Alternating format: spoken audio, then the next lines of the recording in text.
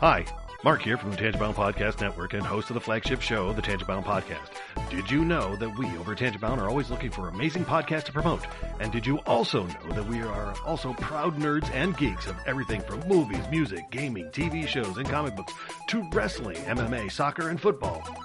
Whatever you can nerd or geek out about, we've got it. And if you're interested, we can help you find it. And if you're a show looking for a place to call home, we've got you covered. Side effects may include upset stomach, dizziness, tumors, shakes, and in some rare cases, death from excessive laughter. Though to be fair, it's only sometimes.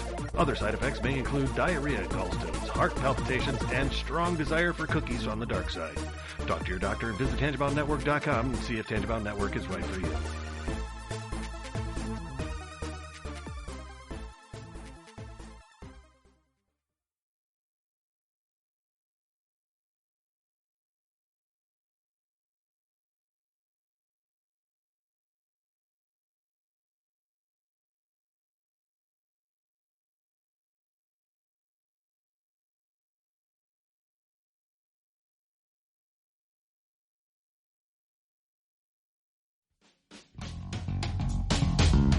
Hello, and welcome to the Moving the Needle podcast, where we ask, what moves you? Excellent or bogus? Did anyone do the right thing? Do you mess with the Zohan? With me tonight to discuss Do the Right Thing, Rocky vs. Creed, childhood, guilty pleasures, a test of time, you don't mess with the Zohan, once upon a time in Hollywood. With me tonight is Stephanie. Hello. Roy. Hello. And Henno. Yo, we want to thank you for listening on iTunes. We're also available on Spotify, just about everywhere you can find podcasts. We are, so come on now, Google let Play. us know. Email us at mtnpodcast@gmail.com or on facebook.com/mtnpod. Twitter and tweet us at mtnpod. There's so many ways to find us. We're not doctors, therapists, trained professionals of any kind, so if you feel you do need help, please reach out and get the help you need. We have a whole list of things on our files page over on Facebook at facebook.com/crazylifepodcast, and or just search on the internet for the suicide prevention hotline number, or go to NAMI.org or whatever resource you can find. But just please reach out for help if you need it. If you feel as though you're going to harm yourself or others, definitely reach out and try not to be alone. Also, if you feel that way and you realize that you're writing a note or making plans of how you would do, like harm yourself or others, definitely reach out. That's a huge red flag. And lastly, please do not replace the idea of therapy with listening to this show. Again, if you need help, please reach out and get the help that you need, or contact us. We can try to help you find the help that you need.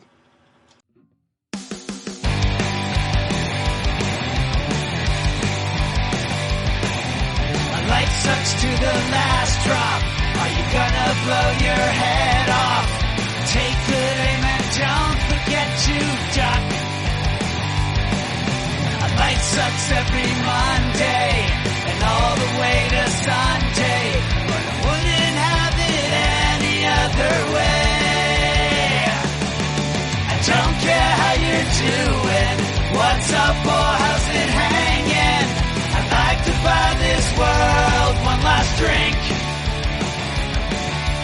Life sucks all of the time, stick it up your sunshine, and then you'll see the clouds every day. And then you'll see the clouds every day. And then you'll see the clouds every day.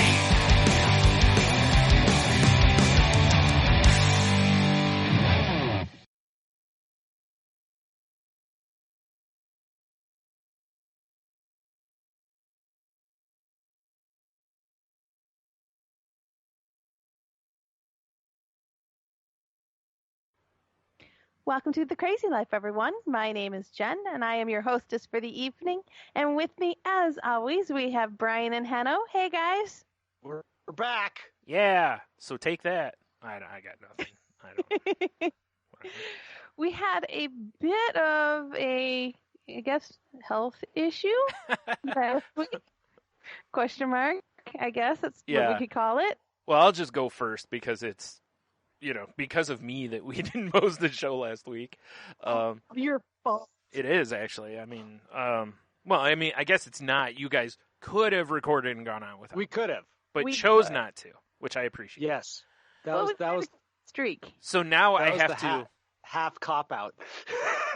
Half health issues, half cop out. Like, Right. oh, Brian can't do tonight. All right. Yeah. So Night off. Woo, yeah. so last I wouldn't want Tuesday. to blow his streak. Yeah. Exactly, Which that's it. now I have to carefully word because I can't say like we haven't missed a week. Now it has to be more of a I've been on every episode. It's true. That's it. Brian has never missed an episode. Right. So Exactly. yeah, of this show anyway. Salty Language Yeah. I have missed, and I honestly thought it was gonna happen again, but I was actually to a point that real quick, so before I get too far in here, last Tuesday I was at GameStop with my brother and I saw a Star Wars figure. I leaned forward a little bit to pick it up, and when I did, I felt all the fires of hell run through my lower back, and it hurt to where like Boy. I took a knee. It hurt so bad. And Damn Star Wars. oh man, it I did this years ago, and it wasn't as bad that time. This time it was pretty bad. So I haven't been to the doctor yet, but it just seems like I threw my back out, and felt like it hurt after that, but it was seemingly okay. Like I was like, oh, okay, maybe it's just a really bad spasm or something like that. And by later that night, I couldn't stand straight.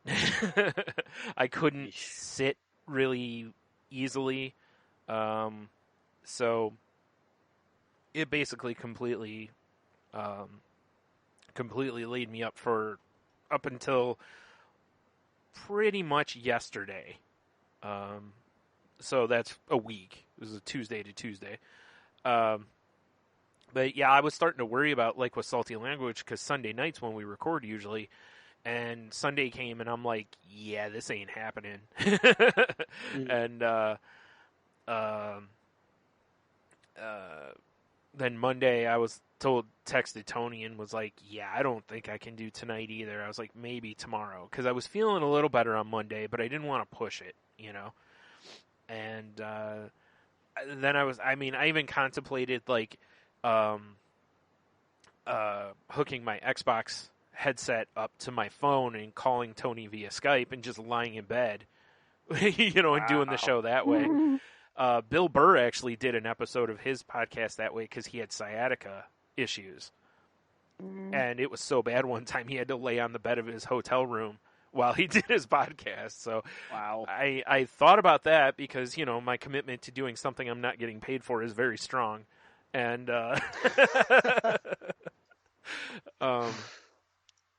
but I also I knew I wasn't going to be able to sit for any length of time because it was to the point that like I'd sit up long enough to eat and then I'd immediately have to go lay flat in bed because my back would start spasming. So that was pretty much how I spent my week, which is pretty exciting. It wasn't even, it's like, at least it could have been an injury to where, I could have sat and played video games or something, but nope, because I couldn't sit up in bed. So, I, got basically nothing done this week, but at the same time, I also am not beating myself up over that because I made I listened to my body. I made the right decision to just rest, put some heat on it. Well, ice originally and then heat and, just keep taking ibuprofen and do some very light stretches as I could. And, I'm feeling quite a bit better now, but I'm still nowhere near 100%, but it's a whole lot better than it was. At least I can sit up for a little bit now. Because I'll tell you, the first couple days, it's kind of like, this ain't bad. Just relax, lay in bed, watch some TV when I can, or listen to TV more so. But after a couple days, it's like, okay, I want to do anything else right now. Like, I want to get up, I want to shower, I want to just go do, just the normal stuff you always take for granted. Make yourself something to eat, refill your water bottle, like just stuff like that. And instead, thankfully I live in I'm in a position where I'm living with my mom, and, she was able to do that stuff for me, because a lot of the time I haven't been able to. So, at least it wasn't like last time where I was by myself because someone who's also on this podcast had just gone to Florida. But the timing on that was so bad. It was the day, I can't remember if it was the day of or the day after you left. Yeah. And I threw my back out, and I'm by myself. So fun. Yeah. But again, fortunate because, I lived down the street from my mom at the time. So it was, she came down and helped and everything. But it's one of the very few times that being unemployed comes in handy. Because I didn't have to worry about missing any work or, anything like that. It sucks because, we're getting to the part of the year where I want to get as much on for eBay as I can because, with Christmas coming up, usually sell more stuff. But I was like, yeah, I just don't care right now. My back's hurting too bad. So, yeah. I'm going to go to the doctor on Friday and we'll see what it is and everything. I think I've said this to you guys already, but I'll say it to anyone listening. It's like, I think it's just from sitting so much. And I think my form while sitting has been very bad. So if you're listening, if you're a person who hunches while you sit and work on your computer or whatever, make sure you're doing stretches and exercises to kind of, and do hamstring and core exercises. Because trust me, you won't believe how much doing hamstring exercises does wonders for your back. Like if you weren't aware of that already, tight hamstrings equal tight back. Oh, yeah. So stretch out your rich, creamy hamstrings, and sorry, it's a Family Guy thing. Thanks for the visual. Well, it's the creepy old guy in Family Guy that says it. So, Nice. yeah, but make sure you're do some stretching of your hamstring and core. I mean, it's just good to do anyway, but. Yeah, I've gotten away from doing that, and I certainly will start doing that again. I'm going to go get one of those foam roller dealies, too, because I've heard those help quite a bit for loosening backs and what have you. They're awesome. I have one. Yeah. The best thing with them is that you can get your hip flexor when you go down your side. Right. And that's the one place where especially men tend to get very tight there. Yeah. Yep. So... Exactly. That's yeah. So there's my tip for the week because I'm so known for my health tips. Yeah. So yeah, that's basically been my week. It's been a whole lot of suck. And I will say this really quick. One of the things that I found really awesome this time was that I didn't go through a normal. I didn't go through a spiral this time. That's good. Yeah, when I did before, or when my knee was, when I tore my meniscus and was laid up for a while, I was really beating myself up, and just depressed, and because all you can do is lie there.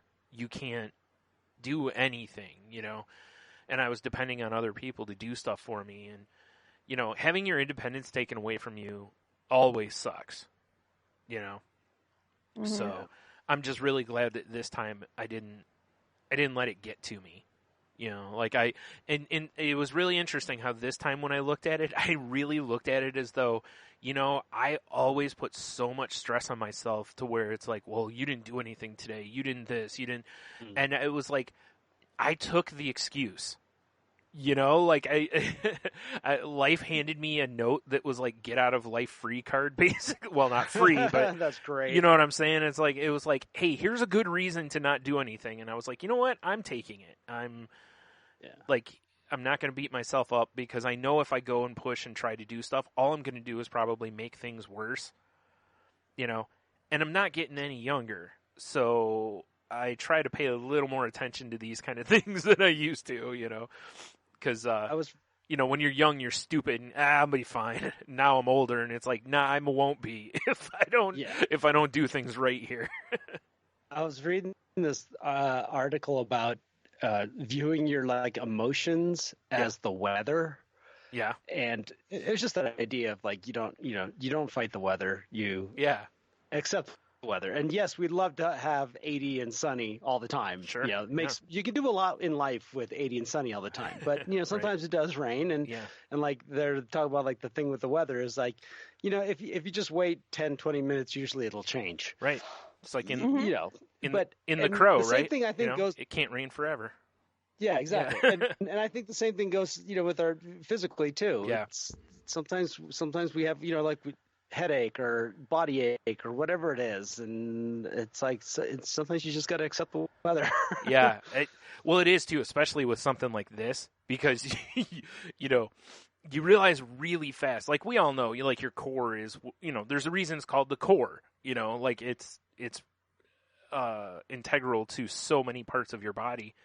And it is amazing the things you can't do when you throw your back out. Yeah. Oh my. Like tie your shoes. Right. I haven't worn socks. Yeah. That's the worst. Because I can't when put them you can't on. Even put socks on. Yeah. Oh. Can't worst. Even. Luckily, I've got some, like house like slippers, you know, as it's gotten a little colder here, you know, because plus the place I live in, the floors get cold, so you know, like at least I can throw those on to keep my feet warm. Because otherwise, I'd have to have somebody put socks on for me because I literally could not do. Well, I'm sure I could figure something out, but not going to happen. Oh, come on. You just don't want to talk about your manservant. Yeah, that's true.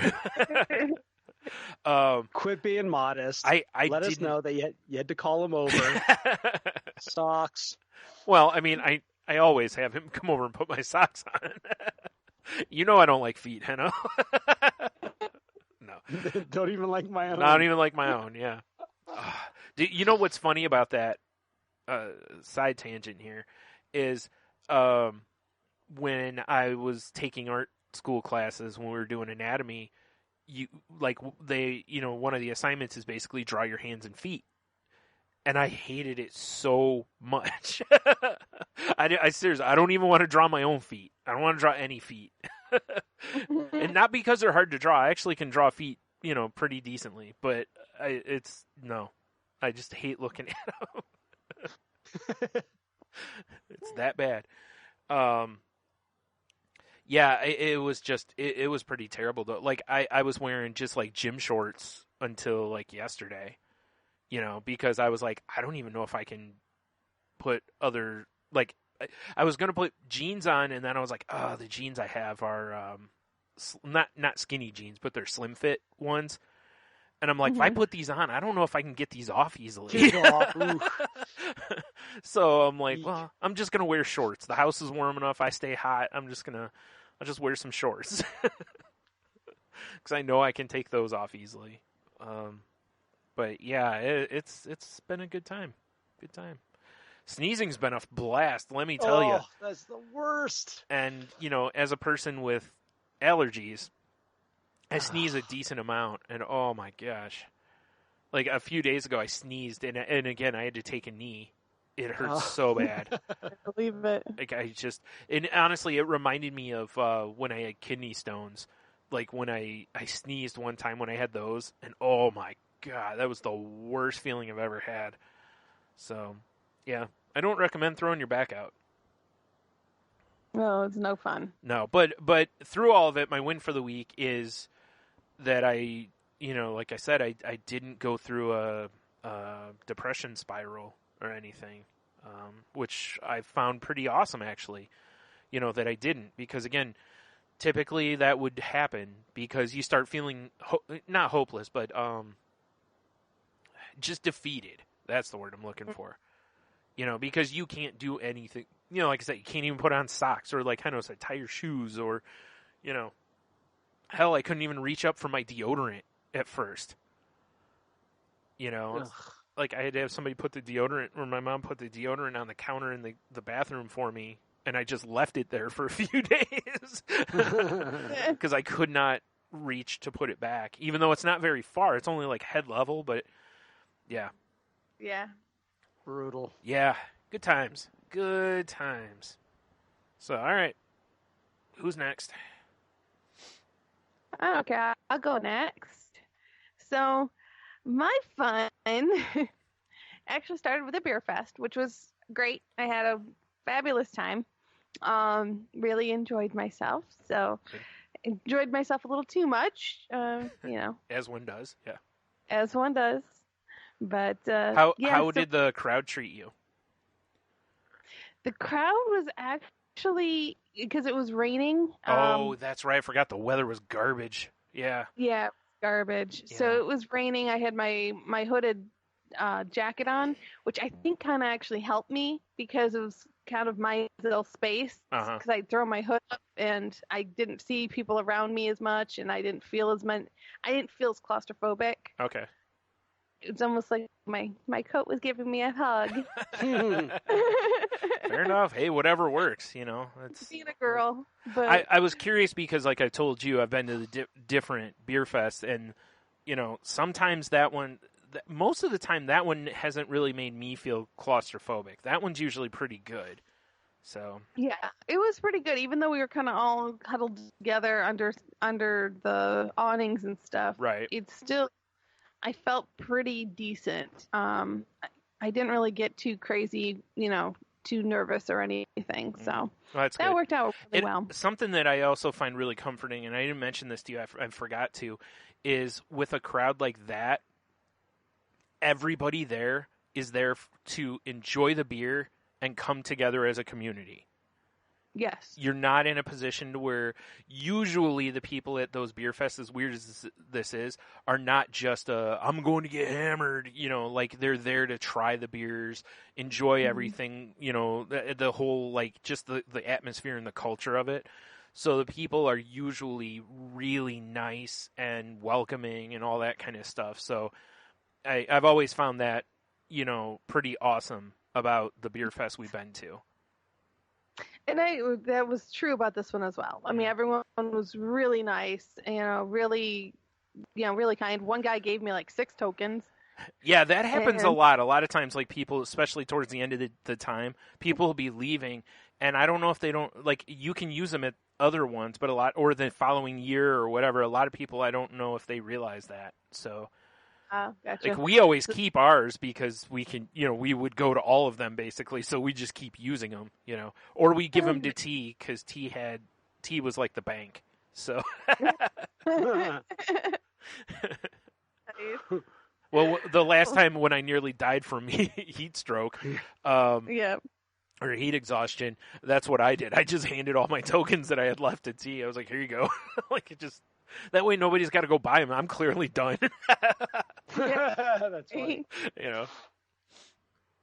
But yeah, no, it was fun. It was I overindulged in the combination of a variety of different heavy beers. That's did the not sit downside. the rest with my stomach. Yeah, that's the downside to the fall and winter ones is you're getting the heavy beers. And by heavy, I don't just mean like the thicker beers, but also a lot of those beers are like 7 to 10% beers. So you have to be real careful. Or you could be me and just go right for the 9 whatevers to start your day. So Yeah, pretty much. Yeah. But it was good. I did have a really nice time. Yeah. Unfortunately, we came home and there was a bubble in our ceiling because it had been raining all day, and pop bubble and water poured out. Yay, water. Well, it's good that it was water.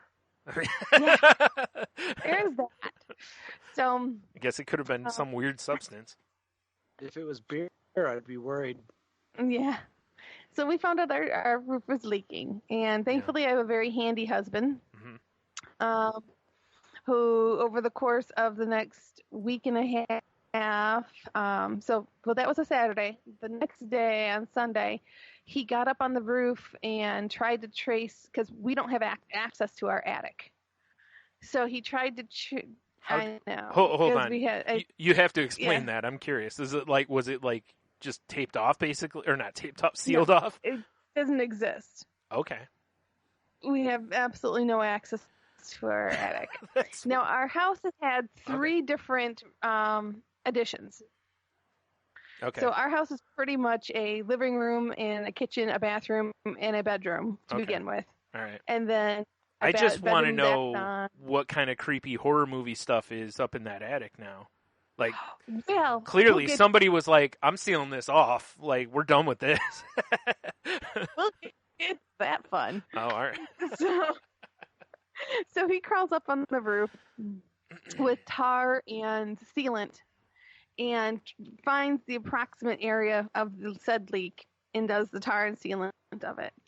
While up there realizing that our chimney for our furnace, somebody had chipped off, the former owner, I'm assuming, had chipped off the part of the cap and had messed things up. Nice. Yes. So he has to fix that. So, one thing, so the, week goes on and comes the weekend again and we have to get this fixed. So this is last weekend. There's another part of our living room that used to have a wood burning fireplace. Yeah. Well, the metal, I want to say flue, but chimney.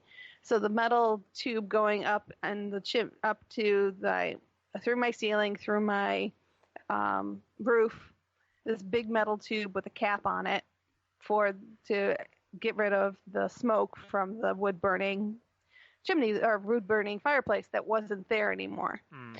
So we just have this tube hanging down into our living room that was capped off. Yeah. So he decided that he was going to try to use that as the access to the attic.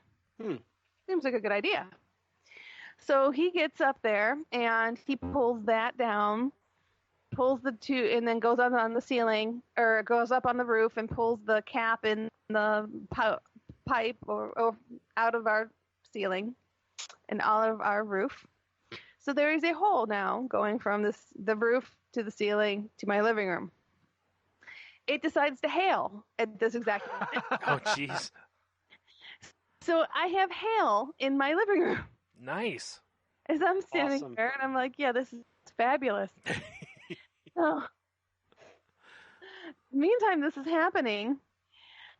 Hubs is in the attic space, which we realize is just another roof. So what they ended up doing was the original roof from our house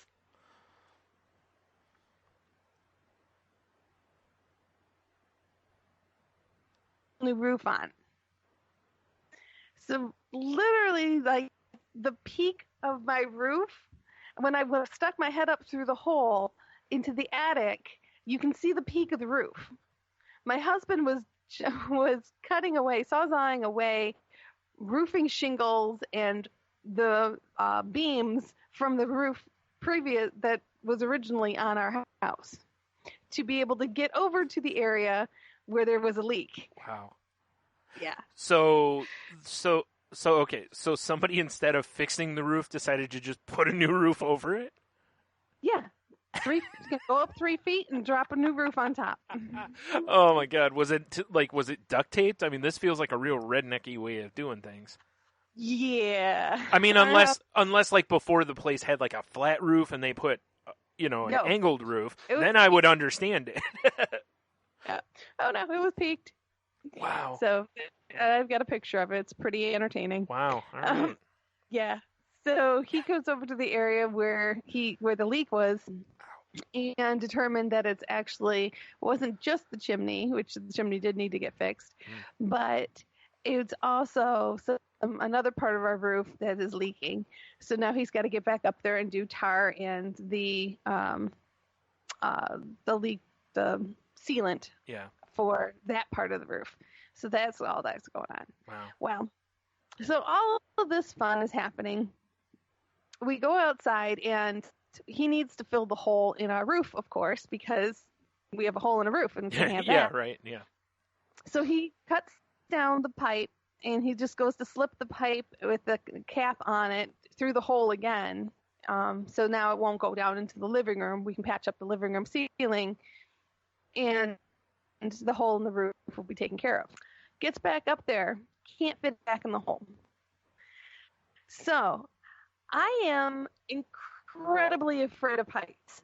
I have anxiety, and I'm prone to panic attacks in given circumstances. Yeah, and by the way, to not just actually being high, but like if you see it on TV, it freaks you out.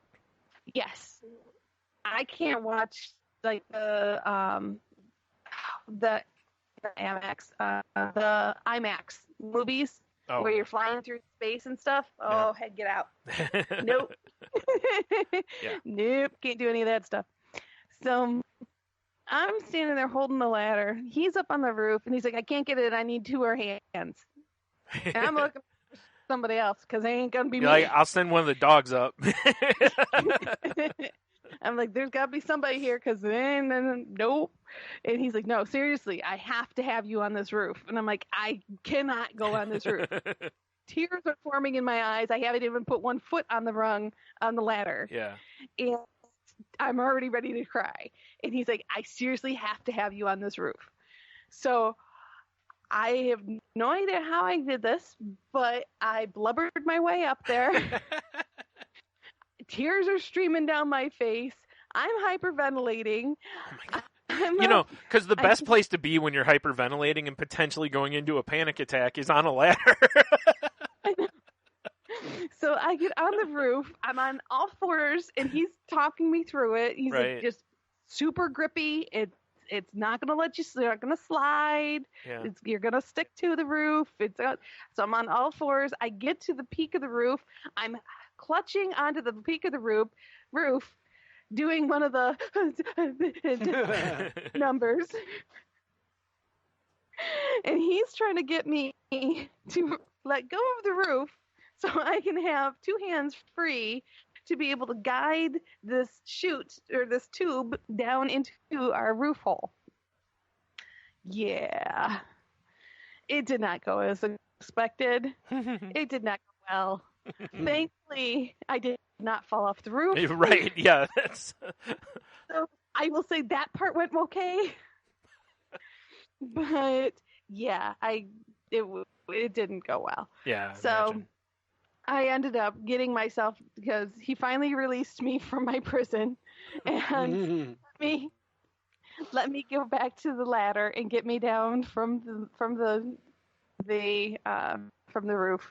Yeah. And I appreciate my husband because he's very understanding and very caring, but he does not understand panic attacks. No. And he's just anxiety. Because all he kept on saying is, aren't you proud of yourself? Look what you accomplished. You went on the roof. You did this. I'm like, no. I mean, he's not wrong, because it is a huge accomplishment for you to do that. Because in the long time I've known you, I've never known you to go, I'm going to go up on a roof. So, that's... Yeah. So, I mean, I get what he was not wrong. You're right. Yeah. But I understand what you're saying, too. Yeah. Yeah. I'm freaking out, tears streaming down my face, and he's like, you should be proud of yourself. And I'm like, yeah, not so much proud at the moment. Yeah, that's later. Yeah. Right now, you're in fight or flight. Yeah. Yes. Exactly. It's like, right now, I just need to shake and cry. That's what I need to do. Mm-hmm. Breathe. Breathing is good. Yeah. And that's about all I can handle. Yeah.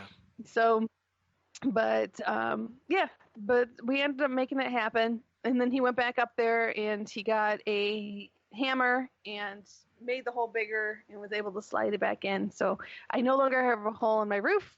Yay. Well, that's good. And then I patched up the 2 holes that I had, the hole from the leak and the hole from the pipe. So I patched those up and did plaster work. That's on Sunday. So, was able to make it through. So for the most part, we are sealed up, and he just has a little bit more patching to do on the roof. So hopefully we can make it through till next spring is when we're hoping to get the new roof. Yeah. We just got to make it through winter. Right. Fingers crossed, toes crossed, everything crossed. Right. Just got to make it through winter with this roof. Yeah. But yeah, it's interesting because the main area, the way our attic is, I technically have like 3 attics. I've got the one over each one of the additions, and I have one over the main area that got covered up for one of the additions. So every time they did an addition, they added a new roof.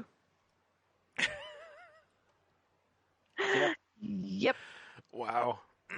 That's I get to do the exact same thing in my parents' house over Thanksgiving. Oh. They have the exact same situation too. They added an addition, so they just went over the old roof. Although I think they pulled the old roofing off, but there's a section that leaks in the front that you can't get to. Oh, jeez. Yep. But the drywall is so trash now that I'm just gonna cut the drywall out. Yeah. They've been letting this leak just grow bigger and bigger and bigger, more pots and more pots. Like, it's seriously.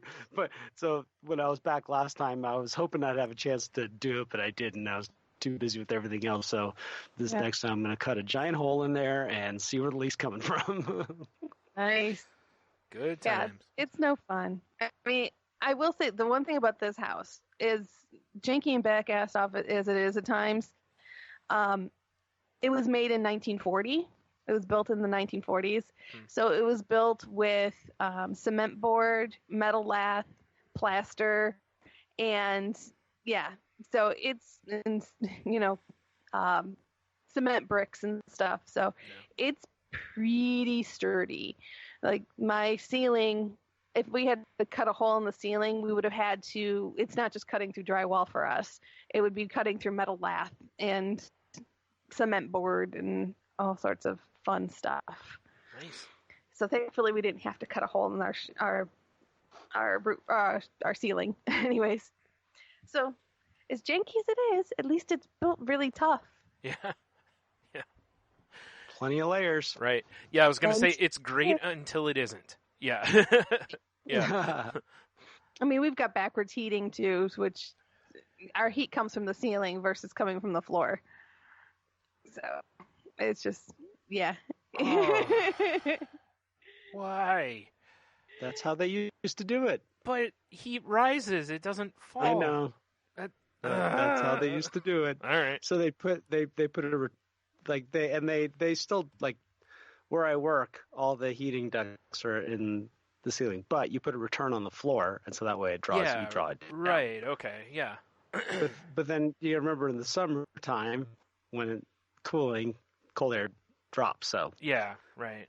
either way, as long as you got the flow going from one side of the room to the other. Yeah. Yeah. You're right. All right. It works out one way or another, but it's interesting. So that was my adventure and my panic attack and all sorts of fun that I had the last 2 weeks. But well, let me ask there's you been a question. drama. Do you feel proud of yourself for getting up on the roof?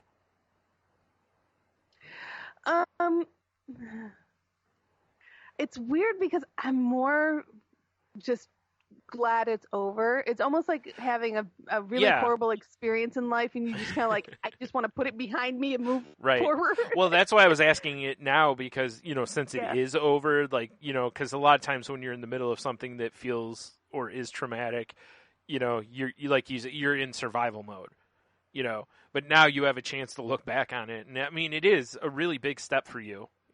Like it really is. Yeah. Because like I said, I've seen you. I've literally been in the room with you watching TV and having you go, nope, nope, nope. That's how bad your fear of heights are. Most people, they actually have to be high. I just have to have the vision of it. Yeah. It's like, nope. Yeah. So, I ain't doing that. Fair enough. All right. Yeah. It was very traumatic. Very traumatic. Exposure therapy, right? Yeah. Or not exposure. Yeah. Or immersion therapy, whatever the hell it's called. Immersion therapy. Yeah, whichever. Yeah. It's the same. I don't think I was really wrong either way, but yeah. Whatever. I just, I I'm not surprised I haven't had nightmares because of it. Yeah, It's I'm just glad traumatic. you didn't go into full panic attack on the roof. Like Yeah, I mean, I was I was breathing through it. I was doing the 1, 2, 3, out, 2, That's- 3, 1, 2, 3. Listen, here's another question for you. Do you think 5 years ago you would have done the same thing? It's tough to say because my he's not a mean man by any stretch of the imagination, Yeah. but he's very forceful. Yeah. And I'm a people pleaser, so it was really hard for me to say no.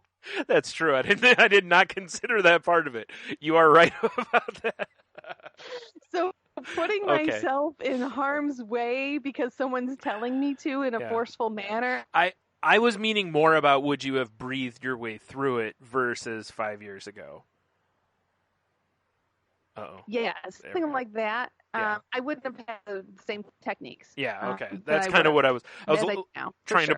to point growth out, but yeah, I didn't think about the other part of it. So it's one of those things, and I Yeah. appreciate what you're trying to say. Yeah. Because it was a huge step for me, and Yeah. Not that I'm advocating you should go do it again by any means, but no. you know. I mean, my mom, I talked to my mom later that day, and I told her, I'm like, yes, I was on the roof and, have a panic attack. She's like, oh, good gravy. She's like, I can Yeah. She's like, I'm shocked you didn't fall off with your balance. I'm like, I know, Mom. Yeah, we didn't even talk about your incredible balance. Oh my goodness. Yeah. Boy, I have a you beautiful were seriously putting yourself in a perfect storm to be a YouTube sensation there, and luckily it didn't turn that way. Well, the best part about it was, Because you would have We're on a- eeped the whole time down too, probably. hmm? You would have been like, eep. Yes, because as we talked about it, I can't scream. Yeah. No, we're on a semi-busy street, and my butt was facing the road, Yeah. and I'm on all fours. So here's my butt in the air on the roof as cars are like zooming past. Mhm. So yeah, it did cross my mind. Not Yeah. enough to be able to change position. Right. But it did cross my mind. Here I am hugging the roof with my ass in the air. Excuse my language. Yeah. As people are driving by my house. Yeah, you Oh, know. in the rain. Yeah, in the rain. Yeah. In the rain. Wow. Yeah. Whew. Yeah. So Awesome. Yeah. I A feel bit- like you immersed yourself as about as far as you could have there without actually hurting yourself. Like, jeez. pretty much. Well- There wasn't much further I could go with things. Well, because usually, I- like with the that kind of therapy, also, part of it is that you're in it and you're also kind of like, I'm okay. Like in your head, I'm sure it was not going that way at all. It was kind of a combination of a variety of things. Yeah. There was prayers. There was Yeah. there was definitely some prayers. There was eyes closed, squeezed shut, wishing and praying to be anywhere else but here. Right. But somehow, some way, I made it through, and I made it up and down. Yeah. Well. Uh, Well, good. I'm glad. yeah, I'm glad you didn't just take a header off the roof, Al Bundy style or something.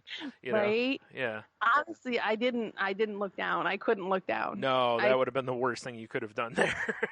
Yeah. The only thing I could do was like stare exactly at the shingles in front of me. Yeah. I mean that was it. And and Hubs talked me every little step. He Yeah. had to talk me through it. Right. Well, it's good that You he know. did. At least he didn't go quiet on you while you were up there or something. Okay. No. Like, I'm trying to No, focus he was- over here. Can't you deal with your? Like, oh, that would have been terrible. Yeah. Yeah, that would have been really That would have made him a monster. That's what that would have done. right. Oh, jeez. Well, Uh, sounds like we've had a Yes. fun week. So, yeah. all right. How about you, Hanno? How was your week? Let's see. This 2 weeks ago, I was still having no balance in my life, pretty much 100% focused on my little basement stamp project. Your stamp and store. then at the end of the week, what's that? I said your stamp store. Yeah, exactly. Yeah. I think I've sold over $1,000 worth of stamps now. Oh wow. Oh my gosh. Yeah, I had no idea. Like I had no idea that it would like go to that level, that quickly. Yeah. Right. Um, That's pretty cool. and so yeah, it's been really fun, and it's great because I already got my nephews. I sent them really cool advent calendars for December. Oh, nice. Yeah, that kind of a thing. Take some of the whiskey money, do some ones, stuff right? with it. Exactly. Yeah, I did. I got the scotch for them. Nice. Oh wow, For splurging Nate for and- scotch. Jeez. Oh yeah. Mr. Moneybags. Yeah. Oh, of course we're kidding. Exactly. Yeah. We're joking, of course. Yeah. Yeah. But it's been really fun. It's continued to be a really interesting thing for me to do, and it has made me it's really made me feel connected to my dad in ways that I didn't think it would, Yeah. and just reminded me that the what makes us similar. And so then I talked to my mom about it or something like that, about the parts of my personality that are very much like his, and it's been kind of, I don't know, it's been a great distraction actually. It's not a good distraction from in that I still have other things that I need to do in my life, and they've been kind of getting pushed off. Right. However, I did. I had a gig week before last, and so I literally haven't been practicing. I went to we had a rehearsal, and then I did the gig, and we typically play. We end up doing about 3 hours, but we take a break in the middle. You go from like 6 to 9, and it was about 8:30, and my fingers hurt so bad. I was like, "Oh Lord!" Because you haven't This been is not a practicing, good- right? What's that? Because you haven't been practicing. At all? Okay, yeah, yeah, like I had no calluses, and Right. and then I was gone, and yeah, I rarely. I usually have to play my acoustic guitar for 3 hours for my fingers to hurt that bad. And yeah, we get to the end of the set, and people are like, "One more song," and I'm like, "I don't know if I can." Like, how about one with no guitar? Somebody else can play. Yeah. But it was what was really wild was then, like I said, I knew I needed to find balance, and then one day I was down there, and I was doing some stuff, and I went, I think I'm gonna go upstairs and play some guitar. And so I'm like, okay, I found my, I knew it would eventually happen. I wasn't going to force it. Yeah. And so it's like I went upstairs, sat on the couch, picked up my guitar, and goofed off for a while. And it was like, okay, I'm at that point now where it's with anything new and exciting, it's typically how I do it in my life. It's like my complete, it's my obsession, and until I finally just like, okay, there are other things to do. But one weird thing at work that happened was my boss started yelling at everybody again. Oh, really? And it's never me. It's always, the other guys. And can I ask a quick question here? Yeah. Is it that way because I don't know how to word this differently, but because you're a golden boy, or is it because he knows you won't put up with it? I think there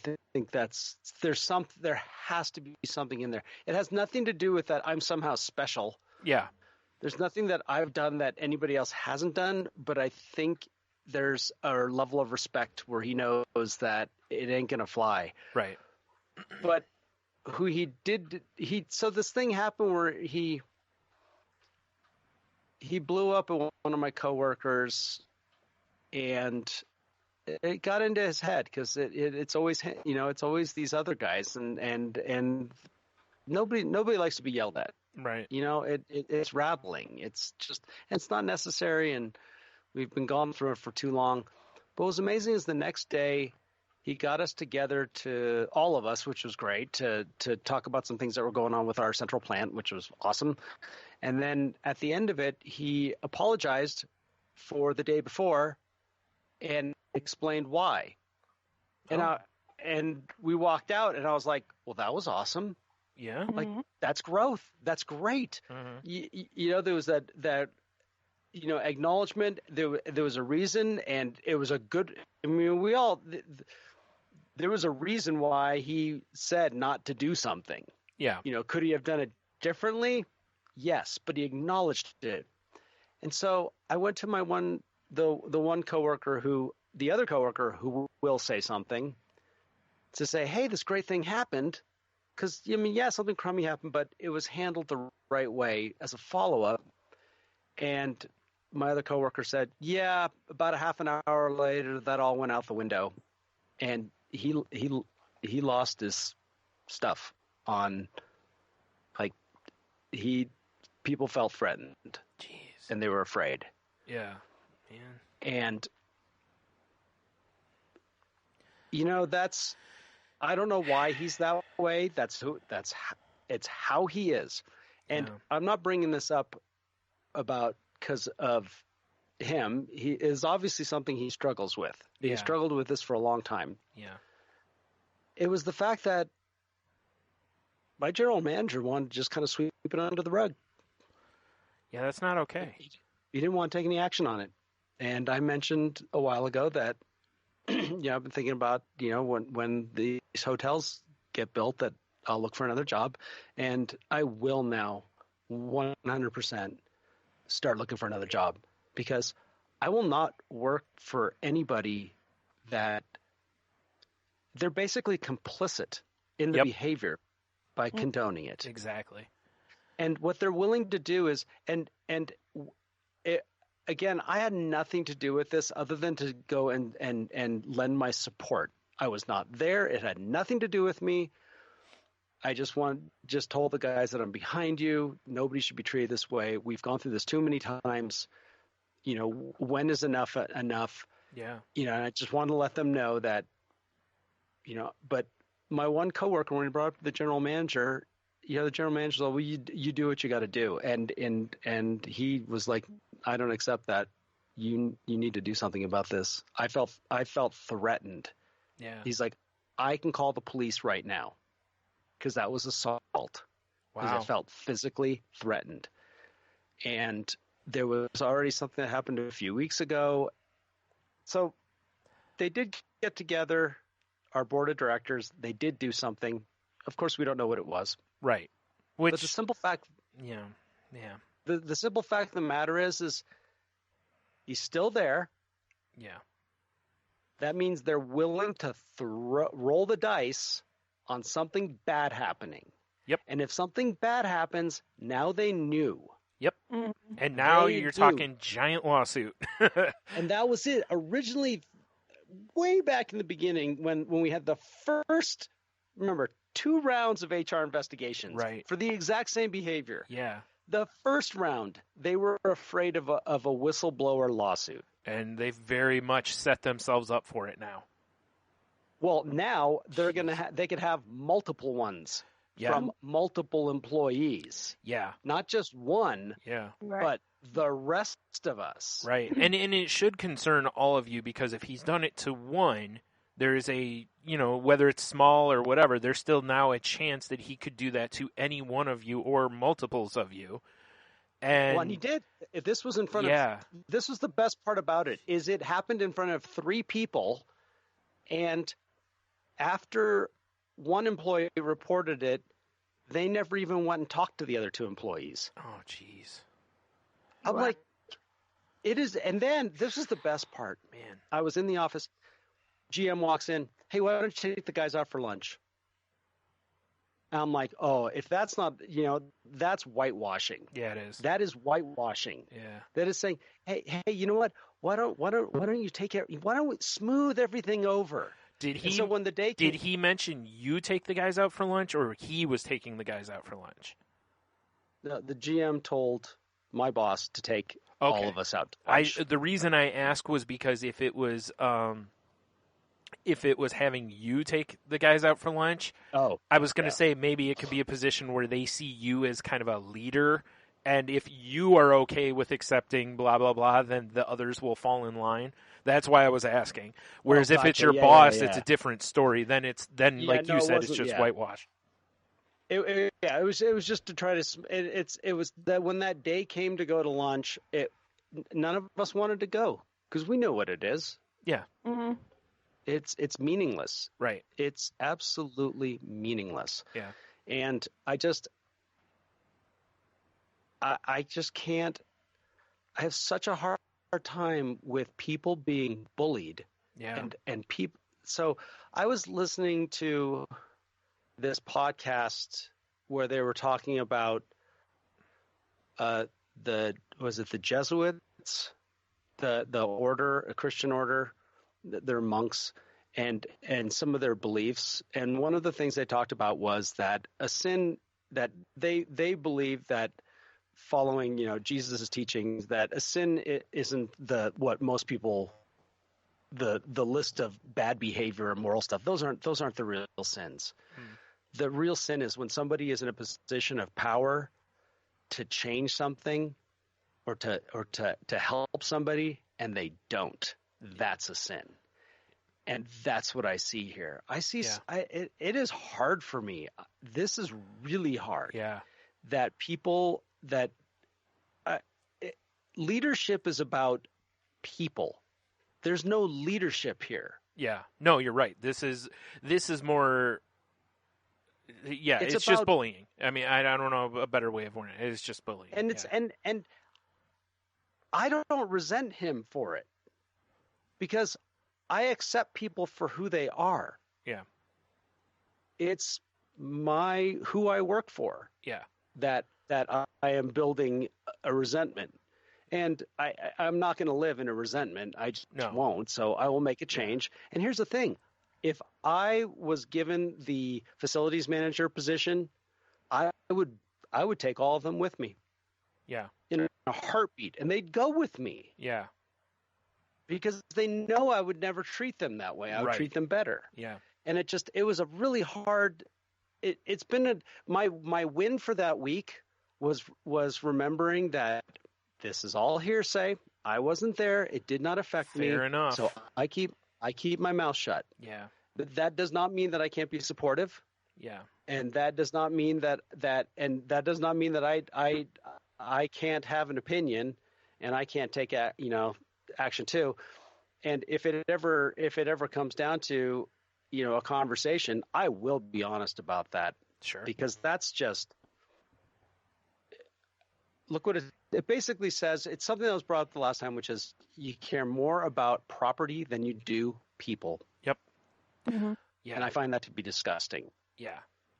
And and the other part to me here is if I'm looking at this from a money perspective, even your manager is, I don't know. I was going to say, if the other employees that work with you have similar work ethic to like you and whatnot, it'll be a whole lot harder to replace you guys than him. There's all sorts of people out there that can do those kind of jobs. Well, it comes back to this thing of that. Oh, I was I was listening to a podcast today, and they were talking about a childhood classic that's being remade again, and how it just made them mad, and how it should never happen. Yeah. Right. And I just chuckled because it's an ego thing. Yeah. And this is also an ego thing. Eventually, we're all going to be replaced. Yes. Eventually, something is. We are no longer going to be around to hold the candle for the classic. Right. What then? What is it okay then? Once your life is over, once you're no longer on the board of directors, is it okay for this guy to be gone? Because eventually he will be. Yeah. Yeah. Retirements happen. Eventually it's going to happen. What it is it's not happening while I'm in charge. Yeah. It's an ego thing. Yeah. And that's what it keeps coming back to with me is this inability to, if they would have just done it 2 years ago, will things be different? Of course they will. They would have been very different 2 years ago. Yeah. But by now things would have been worked out just fine, and we wouldn't have had to go through it again. Yeah. And that's the part that I don't get it. You know, I left my job in Marin where I worked. Was it the same? You know, I trained the guy to replace me. You know, was it the same? Of course it wasn't. But they got by. Yeah. And I go by that property all the time, and it looks good, and things are getting done. Yeah. Is it the same? No, of course not. But they're still getting it done, and that's the same thing here. No one person is that important. No, that's kind of what I was getting at a little bit with what I was saying. Is it's they can find another person to do his job. You know, like you said, people always get replaced all the time. You know, and it's ridiculous to let someone, because now the question I have is like, well, where's the line? Like, what does this guy got to do before they finally will actually do something? Physical violence, and at that point, you knew this is. And I couldn't help but keep going back to it's like, this is the Catholic Church. This is the Catholic Church. Yeah. And I would actually use that as an example. I was like, you are no different. You are no different than the Catholic Church that knew and just kept sweeping it under the rug because they didn't want to make waves or whatever it was. And it's like, guess what? That is a bad policy. It's a terrible policy. That is bad policy. Because realistically, as the owner of a place or the owners or shareholders, board of directors, whatever, your job is to protect your own hiney. Well, yeah. I mean, to me, a board of directors has a fiduciary responsibility, right? That's part of their directive. That's why they are there. They are protecting the interests of the property. What interest are they protecting when they're setting me up to sue them? Yeah, that's what I'm getting at. Yeah, it's like the money game here doesn't make sense. They're playing the dumb bet, like... Yeah, they are, and that's what it is. It's risky is what it is, because if this guy's already had issues and he's been reported, stuff's been told to them that he's doing this and this, and then it comes up again, it's like, look, I can understand, hey, maybe we'll give this guy another chance. We'll talk with him. He'll counseling, whatever. We'll give him another chance. I can even understand that. But when it comes up again like this, it's like, yeah, we got to do something. We hoped he would change. How many times? He didn't. So it's time for you to make the change. Yeah, and that's why this is, after I just need to vent about it. But the part of it also, I need to be so grateful for what I've learned in 12-step programs, where I've learned what's my part, what's not my part. Right. When am I, where do I have a place in this? Where don't I? Where do those lines end? And also, where's my compassion level? Do I want to see somebody recover from their difficulties? Yeah. Whatever those difficulties are. Yes, I do. Right. However, there are places where we say, but you're not doing it here. Yeah. Right. And that's perfectly okay. And that has to do with our relationships, our friendships, at any time, our closest friends in the world, we can always be there for them. We can have an immense amount of compassion without being a doormat, which might be a topic for next week. Right. Yeah. Right. Hint. Well, and also people have got to want to make this change. Exactly. And this was where I got to and this is where I tried to be supportive with my coworkers, is to let them know that they're completely in the right to not accept this. Yes. And it is unfortunate that what they have to do is take matters in their own hands, meaning they have to either go find another job or suck it up, buttercup, whatever it is. It's unfortunate it has to be that way, but it does. Yeah. But the thing I want them to know is that this wasn't an accident. Yeah. This was a choice. Mm-hmm. When you have to get into an elevator and go up 4 floors to blow your top, you had time to consider whether this was the best course of action. That's very true. Yeah. Yeah. It's true. It was a choice, 100%. Mm-hmm. This is not something just happened and you overreact. No, this is being in your head. This is allowing it to build up. Yeah. And it is tied to the other incidences. Yes. It is absolutely, and these are choices. How I talk about this all the time about I have a certain amount of character defects, but they are just character defects when they're inside of me. When I express them, that's when they become my shortcomings. And we're seeing a lot of shortcomings that with just a little bit of pause, a little bit of take some time out, get some tools, put them to use, you're breathing, whatever it is, maybe some perspective will come in and you can handle it in a way. There was nothing wrong with what he was upset about. He had every right to be upset. It's how it was handled. Right. And that's a choice. Yep. Very true. You know, and like I caught myself, I got in my head about something in my relationship that it was something that I already brought up and it needed to be brought up again. And I got in my head about it. And I was like having one of these things where I was about to send that text and I went, you know, I don't have to do this right now. I can do it tomorrow. And it was the best thing I did, because the next day, instead of coming out as a blurted statement, it came out as a question in a way of like, can I help you with this? Yeah. Mm. And everything worked out just fine. Right. Because I made a choice. You know, that it did not need to be said right now by me. It needed to be said. Right. Just, you know. Well, the other thing though too is it needed to be said, but it didn't need to be said the way you were going to say it. You know, like absolutely not. And that space gave you the perspective on that, you know, to go, wow, this is not how I want to come off here. You know, like this isn't, because that's, you know, I'm not going to get any good result this way. No. And it's self-centeredness that wants me to say it right then and there. Right. It's, you know, because it's funny. I use the term ego a lot, but sometimes it's it or it's one of the other. You know, it's like we have many components to our brains, but it ultimately comes down to a self-centered outlook. Right. It's my self-centered outlook that wants to blurt it out right then and there, with absolute disregard to the other person involved. Right. Meaning that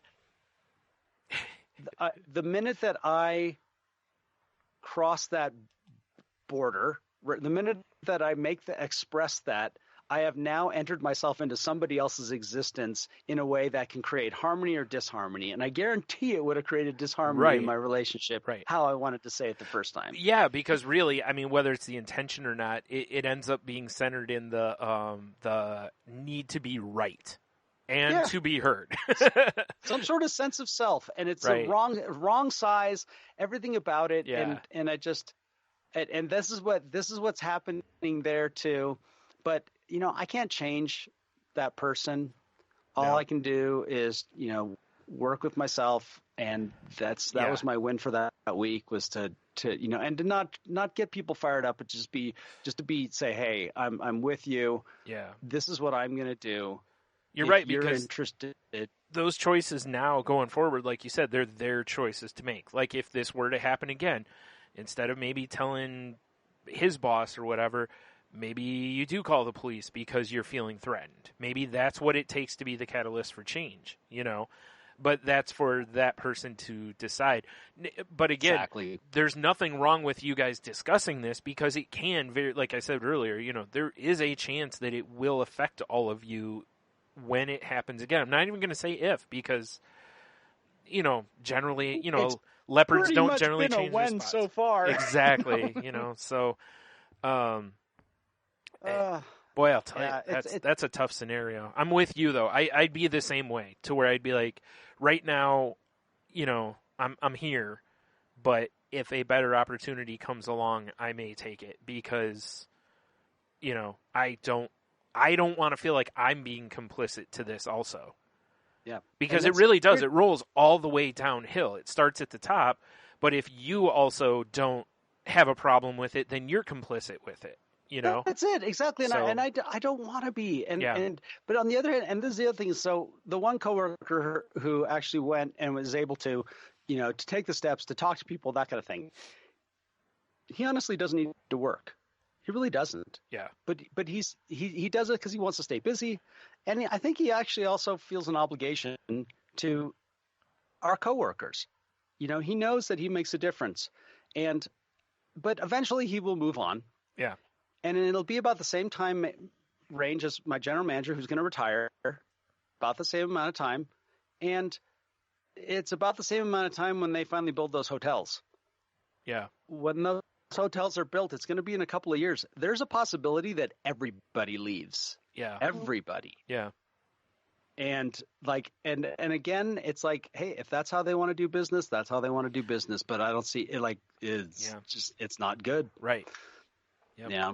Especially not when your employees have options, because, you know, like right now the company has some leverage in the scenario that, you know, I don't know personally what you guys make. I'm assuming you do, you know, because you've mentioned before, you know, that you They do take all right. good care of us. So, you know what I mean? So, like, well, there's no options, and it's like, well, they pay us well, you know, so this isn't as bad as it could be type of a thing. But then if another place pops up and they're willing to pay, now all of a sudden it's like, I really don't want to deal with this garbage. Now, again, anywhere you go is going to have its own garbage, you know, Of just course. like any relationship or, you know, the concept of, you know, this is where the concept of, I forgot what it's called, but basically, I'm going to move to a new city and The then grass is always greener. yeah, like I'll move to a new city and all my problems will go away. And it's like, yeah, that isn't really how it works. So.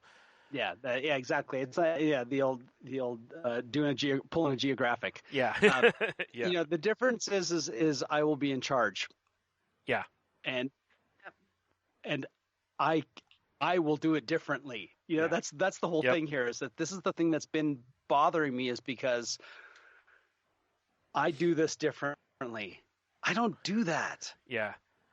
I mean, I've done it, but somebody had to really push it. Yeah. You know, that's and even then I was never physically threatening, Right. And I fired them instantly. Yeah. Because I don't do this. You just take care of it. Yeah. Yeah. Yep. That was the way I was when I was managing stuff. Was I you know, like, people knew, like, if I got mad at you, like, there was a reason for it. You know, like, I didn't just arbitrarily get mad. And if I got mad, I generally had a good reason. And no one ever felt physically threatened by me, at least not that I'm aware of, because I'm not that kind of person.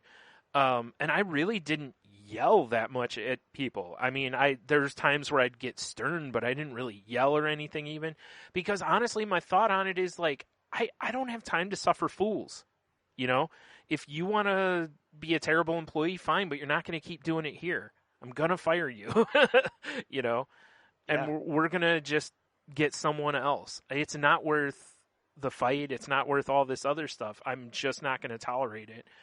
And I just, you know, you just try to be understanding, but it's like, you know, I mean, I don't know how many people... This always sounds terrible when I say it, but I don't know how many people I got fired.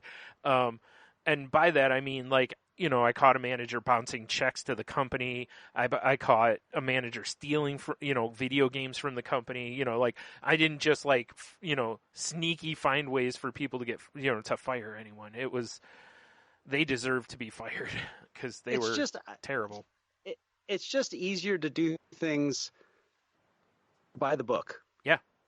It really is. Yeah. And that's the company that I worked for before I moved for 15 years. That's the kind of company they were. Yeah. You just do it by the book. Right. You don't try to work, you know, figure out other ways to go around stuff. You just deal with it. As long as there is a book to follow. Well, that's the other thing, is you make sure that there is a book to follow, and you do all these things, and there's due diligence involved, and you try to have a standard that you apply. And that's how that's the management style that I saw. Yeah. And what I see right now is basically cowards. Yeah. And I just, there is nothing that, I mean, I've heard about it. I probably read about it more than anything else, you know, in whatever self-help books, all about petty tyrants and stuff. Yeah. Or, you know, or malignant narcissists. It's another thing to exist around them. And when I do, I'm like, yeah, I ain't, I don't want to do this, you know, and they'll be everywhere. I know that. Yeah. But it always stinks in life when you're in a position that you have minimized someone else or made them feel less than, right? That's the thing. And that's what they're doing here to your coworkers is yes, they're going to them going, hey, I was physically threatened or felt physically threatened by this guy. And they're basically going, how about a free lunch? Yeah, exactly. He's too important. Yeah. No, he isn't. I'm sorry. No employee is that important. I don't care who it is. again, like you said, everyone's replaceable. Michael Eisner isn't with Disney. You've had, Steve Jobs is not with Apple anymore. Bill Gates has stepped aside. Coaching some football team somewhere. Yep. No matter who the coach is, they've lost their job somewhere. I mean, not most of the time. There may be a few where they've just stepped away, but almost every coach has been fired, kind of a thing at the highest levels. That's why I said it's like big-time CEOs have been fired, have stepped aside, have whatever, whether they stepped aside of their own accord or because, the board's kind of like, hey, here's your choices, like the Papa John CEO. Where the board was like, yeah, you're stepping aside. We're not giving you the opportunity to choose otherwise. So it's like there's no person who's bigger than the company, essentially, or whatever you want to call it there. Yeah. And 5 years, 10 years, 20 years down the line, it's a totally different situation. Like, back in when it was the good old days. Well, guess what? There's always a new good old days. There's always a new this. There's always a new that. And I just think it's our self-centered nature to try to control everything as we feel like it should be right now. Yeah. Oh, it can't change. It's like it does. It's like when I see people get so connected to like a tree, and it's like, we can grow a new one. No, it's not going to be as big as this one is right now. Yeah. But it's your own self-centeredness that is you're projecting into the situation. Well, if you think about it, I mean, that's the way people behave after someone dies too. Or someone's dying, is they talk about, the great loss. And it is, to a lot of us. We lose somebody, and obviously. Of course it's a great loss. But, there are other people in our lives too. Like change how you look at things instead of going, I'll never have another dad. You'll never have another dad. We'll never have another dad, But at the same time, that doesn't mean that there can't be other people who step into our lives that can fill some of that void in some aspect. Even if it's not as an actual father, could just be somebody who's, maybe 10 years older than us, or someone you meet at a meeting, or whatever, like they just fill parts of your life that, like me, I grew up, I've never had a grandpa. They were dead before I was born, right? My grandma married a guy when I was in high school that was always super nice to me, and he kind of gave me the grandpa type vibe. He was never trying to be a grandpa. He was never trying to do anything else, but he gave me a taste of what it was like to have a grandpa, So that's a great message. Like it's a great message because that's what happens when we get into grief or loss and it goes too far. Is that again the idea of like if you don't make space for something new, you'll never get to experience it. And by coming to terms with it, accepting it, and then looking for ways that you can have the same thing, that's about living today, and that's also about offerings. Like one of the things that's great about having older relatives or mentors or things like that is they love it too, and they get to be of service to the young person. Exactly. And so, okay, you lost your grandfather, your father, whatever it is like that. Well, hey, why not go out there and find someone else that and have that same relationship? Yep. Well, you mentioned that it's like live. Right, exactly. My mom, after my dad died, the guy she got with after him, incredibly nice guy. His kids basically his ex-wife had told his kids that, he was a terrible guy and all this other, so they wanted nothing really to do with him. And when I came along, or he came along into my life and me into his, he treated me, I mean, I might as well have been one of his kids. He treated me like that. Or Tony's stepdad is that way, treats Tony as though he's one of his own kids. And, well, it probably treats him better, but, but it's, the idea is that, like you were just saying, it's like we both got something out of that, because that helped fill a little of that void from my dad being gone, and he got the little fill of that void of his children not being in his life, and so our lives are richer for that, whereas if we had just closed off to it, and that's why I said, and I can't think of, I can't think of a person more important in your life than your parents, and to lose one, like I said, that'll never ever be replaced. But it's similar to somebody, like, it's slightly different, but like if you tell somebody they can't have peanuts, but they still can have like almonds or something. Well, almond butter's not peanut butter, but at least it fills some of that void, like it's, and I think it's, no matter what you look at in life, you can look for that ness, and you may not get the exact thing, but you might get the, the diet version or the, the keto version or whatever, like you get a little different, but that's good too, because that brings its own things to the scenario, and like you said, if you keep your eyes open to it, instead of just closing that part of you off, you just enrich your life and potentially enrich other people's lives as well. So that's a pretty cool spot to be in. But just overall, it's like I said, it's like, no one is irreplaceable in the workforce, like it's, like, again, I get it. Apple's not the same company without Steve Jobs. You can look at the way the company's moved. It's a different company, but they're still making all sorts of money. Yep. And they're still doing things, and sure, it's going to be different. I just heard today that Xerox is looking at buying HP, right? Wow. They've become, it was just interesting to hear them as being referred to as the dying end of a tech company, right? They're just, they're right? Yeah. It was just like, Kodak and all the photo companies, they were no longer viable.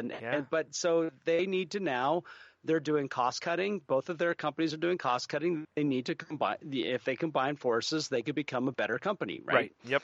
And that's that idea. That's that, it's, we can all, try to hold on to nostalgia and try to control, but change is inevitable. Yeah. You have to work with it. You have to be prepared for it, and you have to be ready to accept, to take action. Like, one thing happened to me on Friday night. I got to go hang out with some people in Idaho Falls. Go out to a bar one night, and it was funny because it ended up being November 1st, so Day of the Dead. So everyone was dressed up. Had no idea. Didn't even think about it. Yeah. But on my way there, I'm in the van. Locked the key in the van at a gas station. Oh. And so I call AAA, and it's probably take 34 minutes. I walk in to the gas station, the lady behind the counter, and I said, I just locked my keys in the car. She's like, oh, you want me to call the sheriff? And I'm like, really? She's like, oh yeah, there's nothing going on tonight in town right now. There's no football game on, so unless they've got something happening, they'll be here in like 5 minutes and get you out. I was like, well, that's awesome. Yeah. So she did. Sure enough, within a few minutes, those guys showed up. They were totally cool, got me in, and I made a new friend. Every time I go through Arco now, I'm going to, hey, thanks again. Yeah. Nice to see you. Nice. It was fun. And so I, got there. This was great. This is another one. We left it was well after midnight. Everyone's had drinks, and the cops were everywhere, and we had to turn around and go back, and so we were just seeing people pulled over all the time, and I'm just like, I love being sober. I love being, because my initial reaction is a little bit of fear, and then it's like, I have nothing to be afraid of. My brother and I hit a checkpoint a few weeks ago. We were going to a store, and on the way to it, the police had a checkpoint there, and it was funny because seeing he was nervous, and I'm like, what are you nervous about? You don't have any warrants out. Your stickers on your car are current, although he was like 2 days from his birthday. So, the cop, when they looked at the plates, they were like, hey, just to remind you. And he goes, yeah. He's like, I'm going tomorrow. But, it was just funny how, and I did too. I got nervous too. And it was like, what am I nervous about? Like, like, it's a sobriety checkpoint. It doesn't matter if I'm drunk out of my mind. As long as I'm not driving. It doesn't matter. Yep. And I don't have a kilo of cocaine in the trunk. So, right. Hey, what's there to worry about? Right. So, but it was funny, because when they, put the window down, and the officer comes up and says, hey, the one up there is going to be checking IDs, and they're going to run your plates and blah, blah, okay, no problem, and I'm like, do I need my ID? And she goes, no, thank you for asking though, and I was like, it's kind of funny. It's like, I'm really surprised they didn't offer, because at that point, I'm offering you search of my person or of my, identity essentially to make sure I don't have a warrant or anything. You think they would just run it, just like, why not, But whatever. She must have looked at me and go, he poses no threat to anyone. And that's great. No, but yeah, it was, perfectly fine. It took a long time because, they're running everything. But, and my brother, they shine the flashlight in the back. And my brother's like, why'd they do that? I'm like, they're probably making sure you don't have someone back there. To make sure someone's not trying to hide from the checkpoint or you're carrying something crazy, So I don't know, but yeah, it was funny though how nervous you get over something. Then you're like, wait, what am I worried about? I haven't done anything wrong. I should be okay. Yeah. I know there's probably people out there listening right now who aren't, Wonder Bread white like us, going, yeah, okay. Exactly. That's, and understand we understand our privilege. Yeah, I get that. Yeah. So, but it's like they're doing a public service. Yeah. That's all they're doing. Yep. Just doing their job. Yeah. And I mean, it stinks. It takes you, 10 minutes longer than normal to get to a place, but who cares? I mean, it's, whatever. It was weird though, because we thought it was an accident, the way it looked, because there was a bunch of cop cars. And everything. And then I see this long line, and I'm like, yeah, that's not an accident. That's something else. Yeah. And then when we got closer, then we were both like, oh, it's a checkpoint. So I did see a car coming behind us that turned around. And whenever you see something like that, it's always like, you almost, you'd love to see a cop just take off after them. Because every checkpoint, well, I'm sure it's different state to state, but they have to give you a way to get around it. Yeah. It can't be the only way, because then that's basically entrapment. Yes. And there was, I mean, you literally could drive right around it, but, nobody was. And the thing is, it's very possible, too, the person just saw this enormous line of traffic and was like, nope, and just turned around, Yeah. But it certainly looks a little fishy there. Yeah. There's one thing I did want to kind of bring back is to have an intention for the week and over the weekend, as I was opening myself up to having balance in my life and not just being the stamp salesperson, I had I did some rehearsal. I had a rehearsal on Saturday, and we're going to do a video tomorrow night, and I had some podcasts to post and promos to do and podcasts to do. And I was starting to have that feeling of like too much, too much. Right. Like I want to bail on some things, like that part of me that just goes, pressure. Yep. And my intention for the week is the reason that happens is because I'm not proactive. And I'm not looking forward to doing things. It's like I have to do it. It's not that I get to do it. And so this week, I want to reframe things to this is what I get to do. Once we're done with the video tomorrow night, I get to take that recording and mix it and send it to the video people to attach. And not make it this thing that I have to do and that I'd rather be doing something else. Yeah. And that's going to be my intention for the week because I'm going to have some things I need to do before, probably before Monday. And I just want to be proactive with it. And that's something that I get to do because it's something that I want to do. Yeah. I like that. That's awesome. Yeah, I agree. Yeah. And mine would be, just getting back to normal. Yeah. Just being able to do some stuff that I want to do, like I said, just, work on some eBay stuff. My nephew kind of came at me with an idea for maybe some art stuff. So, I'm kind of trying to get myself in that mindset, and I think what I'm going to try to do is I think I'm going to try to go back to the way, when you're in college, when you're doing a project, or at least when I was in school for design, it was every week or every project that we had to start off by turning in thumbnail sketches first. And usually it was 50 or 100 type thumbnail sketches. And then you talk with the teacher and you narrow it down to a smaller amount, then you refine them a little bit, add some color, approach it again. You go through the process that way. And I'm thinking that, I'm wondering if maybe breaking it down to that level might be something I can do.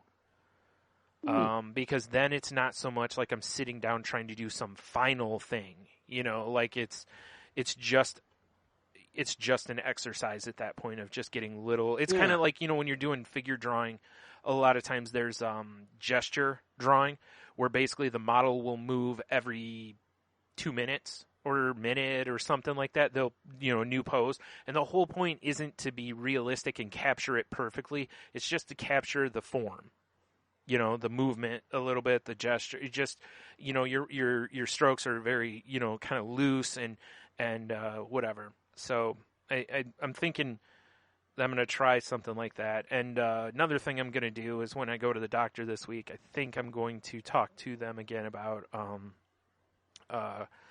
I'm going to see about therapy options again. So Awesome. Yeah, because although I think I've done pretty well without it, I feel like I still want it in my hip pocket.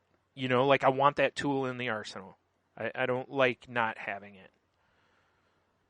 Awesome. Well, with me, my intentions for the week, it's actually something I've been trying to work on quite a lot lately, which is not wishing my day away and just being in the moment.